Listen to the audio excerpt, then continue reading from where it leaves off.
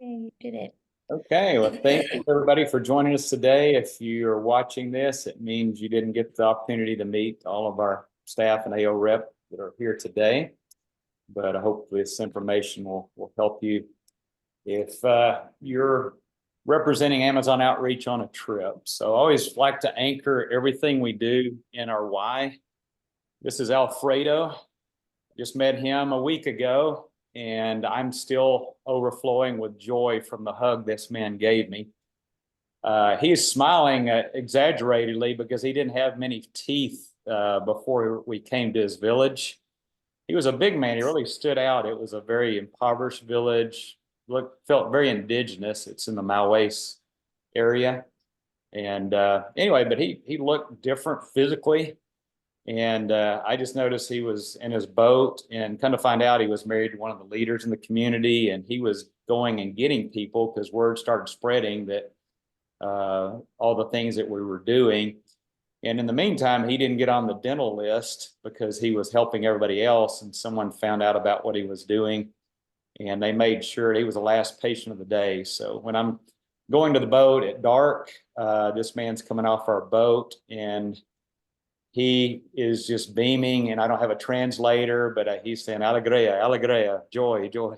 He's so happy and hugging me. And so finally, a translator came over and said, he's saying that we have no idea until we get to heaven what we did in his village that day. And he was just so happy about his teeth had been restored, his dignity. And anyway, he said we were the hands and feet of Jesus. And I got on that boat just so full of the joy of the Lord. And so that's why we're doing this. We're transforming lives on two continents. This man's life was blessed, and then he blessed me, and I still have the carryover from just a week ago. So here's how you're going to help us do this. You're going to help us facilitate the success of the trip leader, lead interpreter, and missionary through all phases of a trip. So I want you to think in terms of those three key people. Some of you are the trip leader, but oftentimes you're going to be working with a trip leader. And also I want you to think about the lead interpreter and the missionary as the three people that you're going to help work together for the success of every phase of this trip.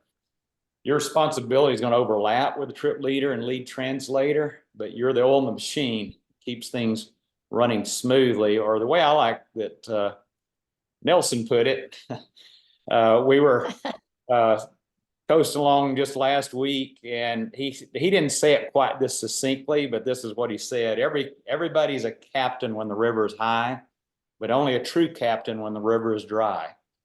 And if you know the Amazon, it rises, falls 40 feet. And so sometimes you can easily get wherever you want to go in high water.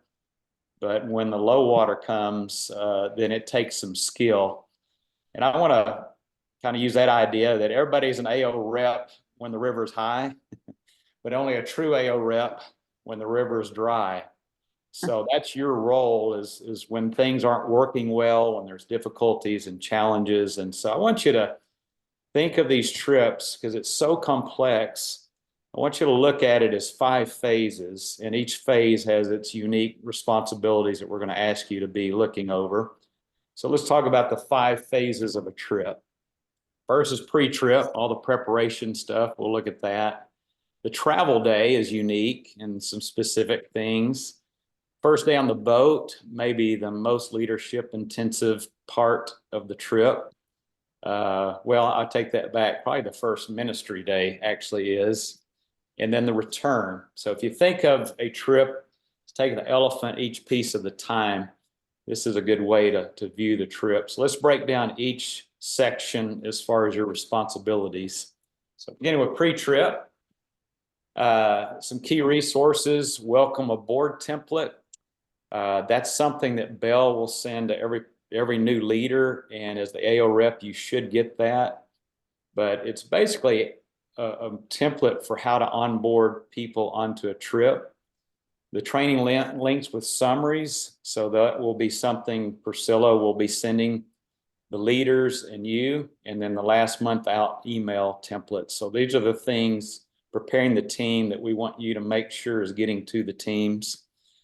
So to begin, if you're the AO rep and you're not the trip leader, I want to encourage you, if you haven't done this already, you need to reach out to the trip leader, and also know that there's admins sometimes. So what we found that sometimes the trip leaders that are really good on the boat aren't really good about getting people onto the boat. They're not good with spreadsheets and details. They're just good up front.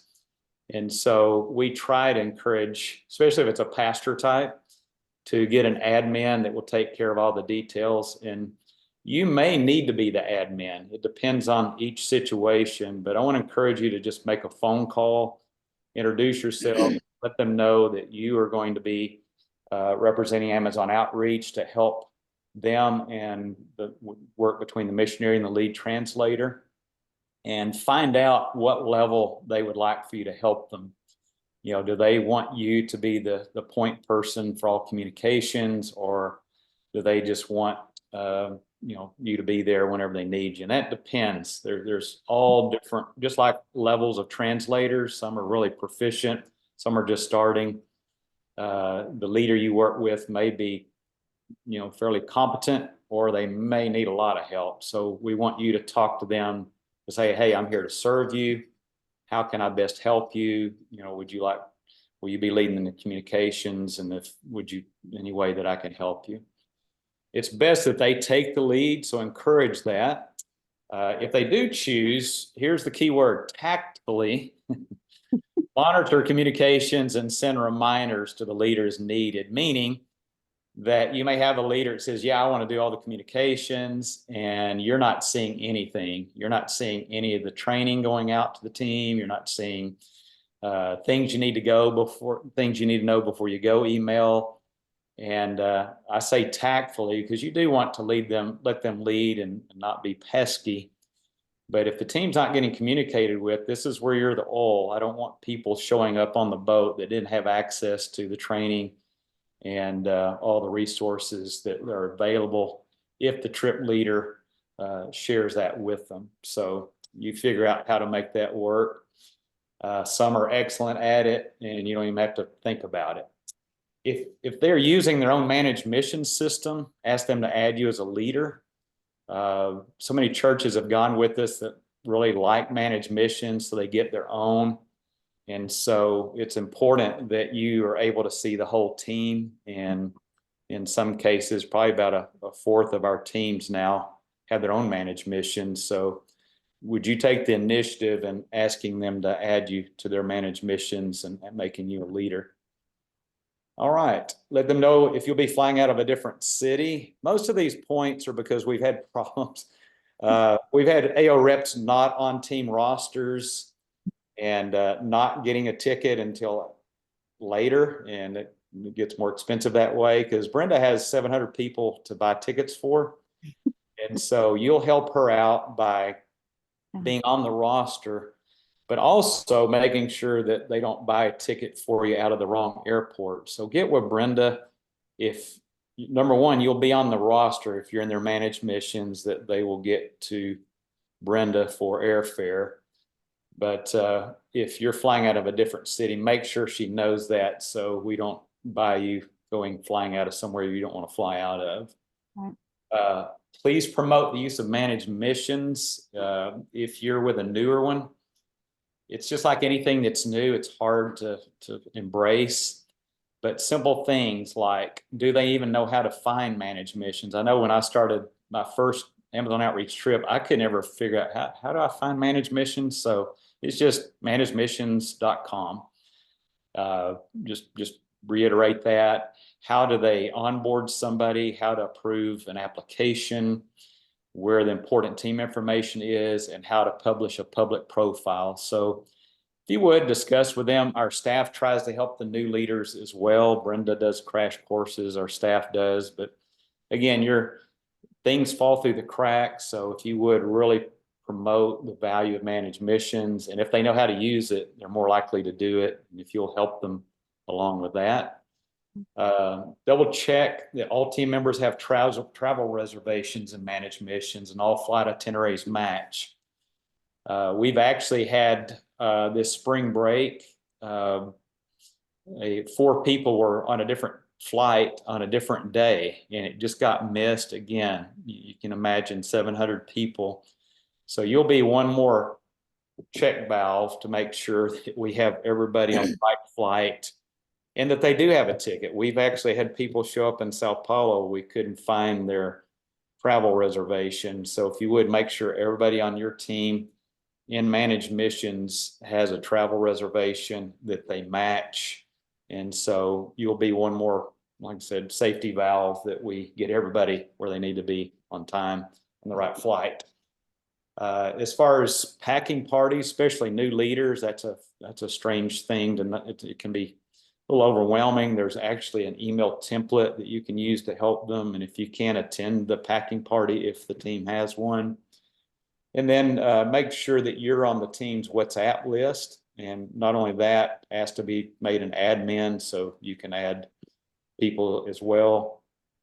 This one's a little touchy, but if you would, please monitor the team's finances. And if you're a couple of weeks out and you see that there's some people on your team that's short on funds, first ask the trip leader if they are aware of the situation and if anything's happening. And if they're just like, no, they're just behind, then please let me know. And I'm not going to ask you to reach out to them, but I'll do that to encourage them and give them their options. But please help us monitor if there's anybody a couple of weeks out before their trip. And then last on pre-trip is print and bring all the team documents as a backup. So that's going to be all the travel itineraries, all the travel notes, the group travel roster, all those different things. It's on your trip checklist that you're going to get, that you'll have to remind you. But your trip leader should have all those things, but you're the backup. And the transaction page of the travel insurance. Yes. Yeah. And that's on your trip leader checklist that you'll get. Bell sends the travel notes and the check leader trip list a few weeks before your trip. If you would print that out, make sure you got all the printed documents. But yes, thank you, Brenda. That's one I left out. All right. Any questions before I go on to the second phase? There's a lot to cover. This one's real short, but any questions that I just covered on the pre-trip phase of a trip? All right. Well, let's talk about maybe the shortest of all. Brian, you recognize that guy? Key resources for travel day is their travel notes 1 through 3, air itineraries, and group travel roster. Those are things you might actually need to pull out. So at the airport, you'll cover the notes, cover the bus ride note on the way to the boat, and then the health and safety number 3. And that's going to depend if you're traveling COPA, which is 95% of our trips, you're going to get on the boat about 4 a.m. We've asked them to start breakfast ready at 5 a.m. so your team can go and eat. I've seen it done both ways, 8 a.m., try to sleep a few hours and get up and eat. That's really not fair to the guys who have to sit up and sit down. So I've just kind of made an executive decision. You can change it if you want, but you need to do it in advance. But right now it's set where you should have breakfast at 5 a.m. and then the team can go to bed. They don't have to eat at 5 if they want to if they're on the second deck. But on the rare occasion you're LATAM, that will happen in the dinner. But what I find is just wait until lunch to cover the health and safety, because breakfast time is not a good time to do that. And that's probably the best time. If you're LATAM, you're going to just cover it at dinner time. All right. So first day on the boat. This is a lot happening on this section now that you're on the boat, and hopefully things like this you don't want happening where Michael Miller probably recognize. There's Michael Harper. I know some of y'all know who Mike is. He's done a lot of good photography for us. This is a New Beginnings trip. But anyway, obviously that's not the way you get in a hammock. So you got a lot to cover with the team. List for daily ministry assignments, morning devotions, and kitchen duty. So first, confirm with the lead translator on arrival about the breakfast. It's always good to make sure That's already set and the kitchen crew's ready. Hammock check, that the men's and the women's. This is probably the most chaotic part of when you first get on the boat, is getting hammocks situated. I think all of y'all know this. This is where you can be the oil that can just kind of float and make sure everybody is finding a hammock. So often on large teams, we end up raising and lowering just for space reasons. You might even need to talk to the lead translator if it's too full about some of the translators going down to the third deck, or consider if you've got some older people, you might want to invite them and say, hey, we're really crowded. Would you be okay going down to the cabin? And it might be a win-win. They might be thinking, oh yeah, air-conditioned cabin. So that's really one of those parts of the trip that you need to be the oil. Hopefully you know how to tie a hammock. I don't know if you're a guy, if you're not on the guys deck where you've done it forever, but hopefully you guys know how to do that and can help just in case Nelson's not on your trip. But that's an important part of the first day on the boat.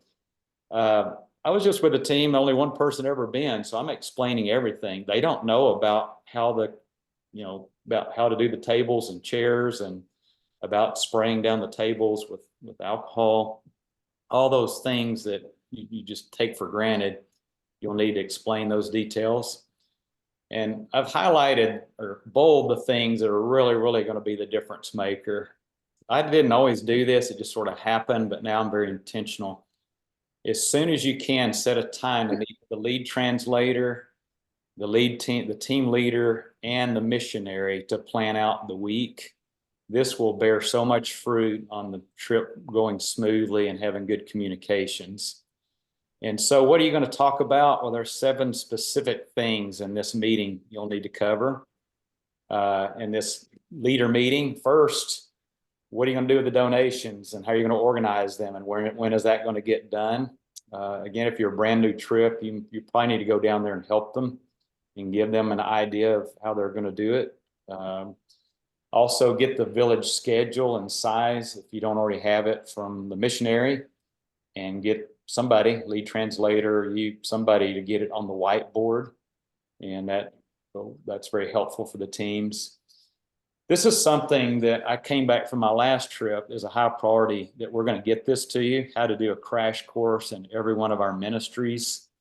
Right now, it just depends on your knowledge of each ministry. But again, I just had a trip that nobody had ever been. So I'm doing crash course on the medical, the eyeglass, evangelism, pretty well everything but the women's. And I just actually gave them some pointers. But anyway, we're going to have a resource for you. It doesn't exist right now, but it is very important that take whatever knowledge you have and just make sure each ministry knows how to do their ministry, because some people just show up and they didn't go to any of the training and they're not prepared, and you've got to give them a crash course.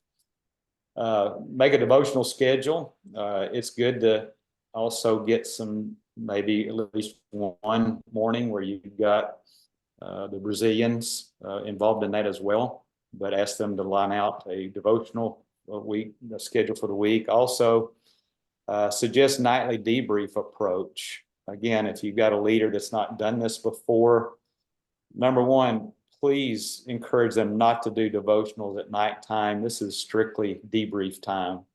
Let's just hear what the Lord did. And there's many ways of approaching it. I won't go over the things I like, but I'm going to assume you've been enough times you've got something you could suggest to a leader. Make a kitchen cleaning schedule and make a Wi-Fi plan. This is a new thing that we have this year. Right now, our policy is we're going to give the trip leader the Wi-Fi code, and it's up to them how they do it. But you really need to talk it through with them. Is this going to be something? I've had it both ways. With the student trips, we gave it to them twice during the week, and then we can change the Wi-Fi password so the students weren't on their phone the whole trip. This last trip I was on is all adults, and trip leader just opted to make it available all week, and we didn't ever not have service for the whole team. So you and the trip leader can figure out what the best plan is for Wi-Fi. All right, so That was our first day on the boat. So any questions on that I've just covered? All right. I can't see you, so everybody's either gone or you just don't have any questions. All right. Now you're actually starting. I think it's very important to do a preemptive strike for your team and warn them that the first day of ministry is always, always, always chaotic. And to let them know that's normal, but just be patient. And by the end of the week, your team is going to be having a good rhythm and it's going to start making sense. But I think it's good to help warn people about the chaotic first day of ministry, that they're probably going to get up there and stand around for a while and nothing seems to be in order, but how God graciously brings order out of chaos in time. But we want to minimize the chaos as much as possible. So let's talk about that. So obviously you want to help the trip leader and lead translator get the assignments made, and that's part of your first day on the boat. Hopefully that's all figured out before your morning of ministry starts. Double check that the missionary has determined the location for all the ministries in the village. This is one of the highest, I guess am I saying everything's the highest? This really is. Just the first day in general, but most missionaries are not systematic thinkers. They're not used to leading large groups. In fact, Thiago and I have developed a working with American teams that we're going to give to all of our missionaries to help them to know how to work with you.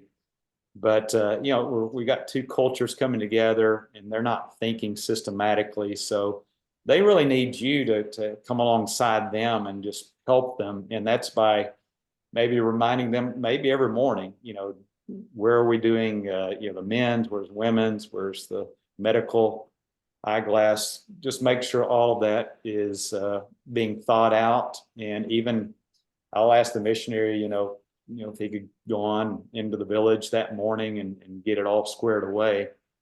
And I'll even offer to go with them if it helps. Probably not, since I don't speak Portuguese. But I want you to really lean into the missionary very graciously about making sure that we know before we get off the boat where we're going with the things. And of course, we're all going to be flexible. That's going to be subject to change. And ask the missionary to share about what work is being done in that village, about the history of the work there.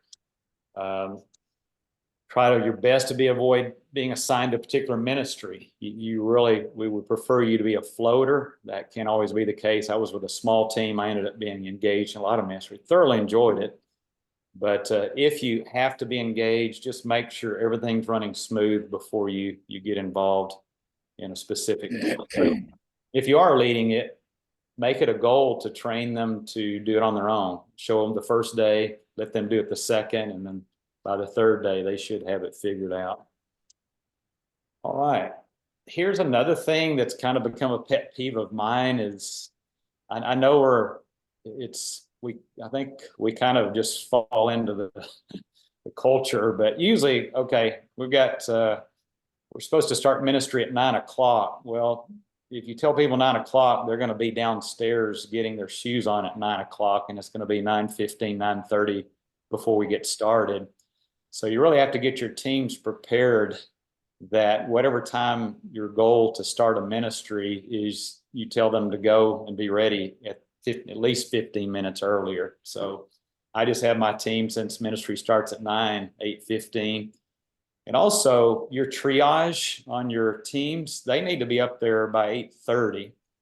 Because what happens is, the reason most people come to our ministries is because of the medical. That's why their felt need is they want to see the doctor. And especially the first day, if your triage isn't starting before everybody else, basically everybody's going to sit around and it's just a lot of wasted time. And we don't have that long. I mean, from 9 to noon, that's only 3 hours. So I really want to encourage you to help your team with their time management. And it's hard to do. You hate to be too much of a nagger, but I just look at it, this is valuable time, and we only have 3 hours in the morning and then, a few hours in the afternoon. let's not waste it by putting our shoes and villagers waiting around that we could be serving. All right, ensure everyone is meaningfully engaged in ministry.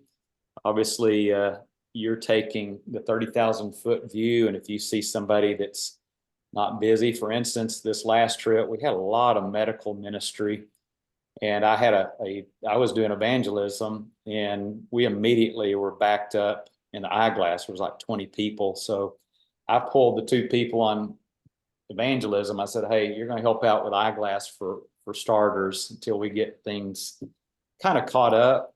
So just constantly be looking where you've got a bottleneck, where you might need to reassign people. Once things go smooth, and you can go on about your day and get people in the right places. Ensure, I actually should highlight this one in bold. Ensure a good flow is established for triage, medical, pharmacy, eyeglass before engaging in a particular ministry.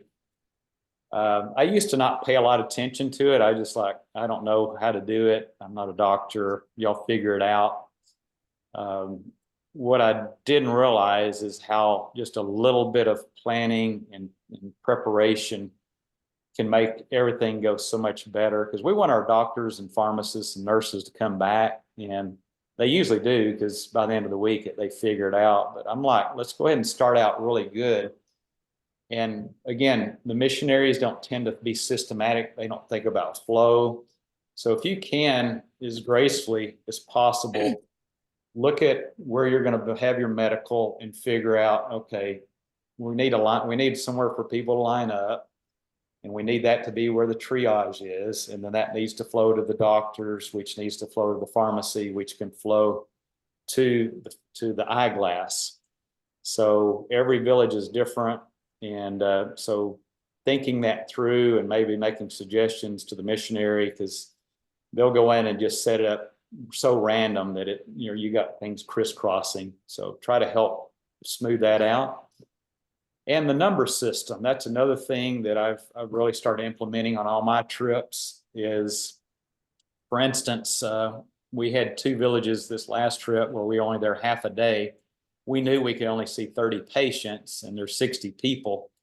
So what do? Well, we have a number system where we find out who's the highest need, and we give 1 through 30 to the ones that we're going to be able to see based on priority. Usually the elderly, anybody that's running a fever, anybody that's really sick, and they get a number, and then we call their number through triage. And then if we actually can get through those 30, then we tell people they can wait around, and then we'll again, whoever's left, we vet out who's the most needy, and we'll add 10 more numbers. That's the only way we could do the half-day ministries. But it's really wise to do that every day, because if you're doing it every day, it just becomes a system that creates order. Another value to the number system is if they have a number, we can tell them, hey, you're number 20. You're not going to lose your place in line. Would you mind going on over to if you want eyeglasses, you can go over there and get those and get your place back in line. And that way the eyeglass doesn't bottleneck, because otherwise they're sitting there not doing anything for a while. So our staff in Brazil and lead translators are supposed to be getting trained in the number system, and we're trying to help them get trained in thinking about triage, doctor, pharmacy, eyeglass. But we want every level, the American side, the Brazil side, all thinking about how we can make this work the best. We can serve more people. We can serve them better. It's a better experience for our teams. All right. And then double check ministry stations have access to water coolers. Let them know you're floating and available to help and go back to the boat. Secure restrooms. If you're not near the boat, try to find out from the missionary, the lead translator, is there anywhere the team can have bathrooms without having to walk a mile to go back to the boat? Another bold here means this is really important. I consider the men's and women's ministry to be the most evangelistic, probably the most important spiritual hour of the day of ministry. And one of the things that really I see makes a huge difference, if you'll tap into the word of mouth that spreads in the mornings by sharing with them, number one, what time is the men's and women's, where is it going to be, and what supplies are available. So for instance, if I go into the village, I'm reminding all the stations, hey, remember, we've got eyeglasses. I'm sorry, we got sunglasses and hats and fishing hooks and lines for all the men, and then usually the women's will have sunglasses and a few other things. So oftentimes people will go to eyeglass wanting sunglasses. We just tell them, hey, come to the men's or women's at 2 o'clock or 3 o'clock. And what I found is that'll double the men's ministry, and it can also significantly increase the women's ministry. They're more prone to come than the men, but these donations really make a difference. So leverage them by using word of mouth in the mornings, spreading when the ministry will be and what's going to be given. And if you don't know where the location is yet, just tell them to come to the main area where everybody's at, usually the medical, and you can direct them when they get there in the afternoon. Find a day suitable day for the team boat photo, and ask to collect ministry numbers each day, and the lead translator to collect ministry numbers at debrief each night. Our lead translators are supposed to be collecting these numbers, but what I'm finding is that doesn't happen a lot of times. So if you would just make debrief a part of reporting, how many people did you see, so that we can be better about recording the ministry numbers on each trip. All right, any questions about that? And we're just about finished. I know this is an information dump, and you won't remember all this.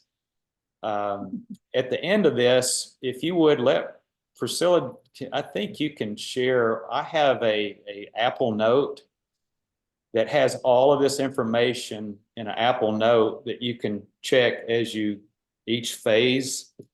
And what I'm going to ask you to do, you're going to be able to go in and even edit it. But what I'm going to ask you to do is, if you'll just make a copy of that note in your notes, and you edit it and check it on your trip. But everything you're seeing here is actually in this Apple Note that is an easy checklist for you to keep up with, because I know there's no way you're going to remember everything that I'm sharing with you today. Steve, I have a quick question.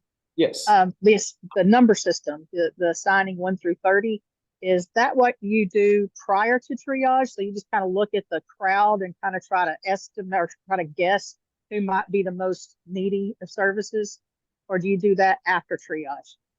No, before triage, that determines Okay. who sees triage, and So that determines the order of triage. Okay, that's what I wanted to make sure. And Julie, as an AO rep, I meet with the medical team every time now, and I share with them the number system so they all understand how it works. And what I've found, it's very valuable to get the missionary there to help in that area, because they're kind of, especially if it's a strong missionary, they're really good at communicating with the people about how the system is going to work. And that went a long way on this last trip. I'm learning every trip I go to, and tapping into the missionary, helping create order and numbers. As long as they understand the system themselves, it's amazing, something as simple as I'm describing, how complicated it gets when you got 5 or 6 different people with different agendas. Doctors have their agenda, the missionary has his. The AO rep, the lead translator is being trained a certain way. And my opinion is, as long as we get a system, I can adapt and change it. In fact, we had a Brazilian doctor that was a little difficult to work with, but he had some good ideas. We had one village where it was a huge village, and and this is just a suggestion, and then we'll move on. He asked, who all here is only here because you want vitamins and worm medicines? Because there's people that they're not sick. They're coming because they want vitamins, maybe some pain, medicine, and that vetted out a whole group of people. And we let the nurse just prescribe for them, so that it wasn't using up doctors, because they can prescribe, those few things. Worm medicine's over the counter in Brazil, so it's not even a prescription. And then the sick ones, we directed towards the Brazilian doctor and the American doctor. And that was people that were running fever or nauseated, sick some way, high blood pressure, any more diabetes, that kind of stuff we vetted into our, and it really allowed us to see a ton of people. It was a beautiful thing when you start bringing structure to the medical ministry. And then in the afternoon, more people come to the men's and women's, and more people are free, and it's just makes for a better day. All right, but good question. One last comment on the number system, two different ways. One, I just get a piece of paper and write 1 through 50, how many are we going to pass out? I just tear 1, 2, 3, 4. Best that you don't pass them out. Somebody speaks Portuguese, it explains to them how the system's working. Others is they just literally wrote the number on the triage form. So they would bring their triage form to the triage, and that was their number. It was written on the actual form. All right, let's wrap up with a final phase. You've had a wonderful, the chaos was turned into order and rhythm, and you were amazed at what God did, and now you're getting ready to return. And so let's talk about these final items here about you're going to have the travel notes number 4 and 5. I do find it's helpful to cover that second to last day travel note 4 a couple of days before the second to the last day, because some of that stuff you need to actually work in before the second to last day, like when are you going to Jacare hunt? There's just planning out further than the second last day, but it gets really, once your rhythm's established after that first chaotic day, things start flowing, but now here's where you're going to be the oil again to make sure it wraps up smoothly. Cover the prepare for reentry. That's a travel note. I find it's best to do that not on the very last morning when they're doing souvenirs and stuff, because it's too chaotic. Ideally, would be the morning on your way back to Manaus if you have a full day of travel getting back. I know it's different for every trip, but you can go have to figure that out. Oftentimes teams have never done a crew party, so you can provide guidance. This one over here, you recognize that, Julie. That's Julie's church. They went over the top with decorations. I thought I recognized that. Yeah, It wasn't over the top. It's maximum visual stimulation with minimal work. That's what that was. I like Yeah. it. Lights. yeah, they did it That's quick cool. and it I was like pretty it. impressive. Yeah. I was looking at it. I thought that looked familiar. Yeah. Beautiful. All right, our lead translators have been trained not to approach the trip leader about tips, but I'm training y'all, if you're not the trip leader, to approach the trip leader about tips, because it's very appropriate for us to remind them if they would like, there's an opportunity to give a tip whenever the wallets are collected, and they'll just need a reminder of that opportunity. Recommendation is 50, but it can be nothing or less. Anything's appreciated, it's not expected. I have a new travel note for these items here that's nobody has access to yet that I'm going to give. So many teams are now doing hotel instructions. I'll get that to you, but things now pretty well standard that you do a dolphin swim, and there's some little details like one, don't wear sunscreen. There was a few other little details when you dolphin swim, but the hotel instructions, since it's so common, there's a lot of things that will help their stay go a lot better if you'll cover it. I will get that information to you. Of course, reorganize the closet, make list as needed. Also, discuss with the trip leader about next year. This will ultimately be handled by our office. But if you would, go ahead and just ask them, are they considering coming back next year? Our policy is if they have a week, it's theirs until Jesus comes back, or they give it up, because we don't have another boat if it's a summer trip or spring break trip. So if you would just remind them of that and ask if they're considering coming back, and just plant that seed on your discussion. And then last but not least is to capture the short stories and pictures to send to us of what God did. And then please encourage the team to do that also. We're always looking for stories and pictures from the teams to share with the rest of the community. And that covers this mountain of information that, again, is on the Apple travel notes. Well, what is it called? It's just in notes. This checklist will be there. So thank you again for your willingness to serve in such a significant way of leading these teams as they navigate the low waters, the dry water. That's our role, is to if there weren't any dry waters, we wouldn't need to have this meeting, but you're gonna fill in the gap, keep these trips running smooth. So I'm gonna end the recording and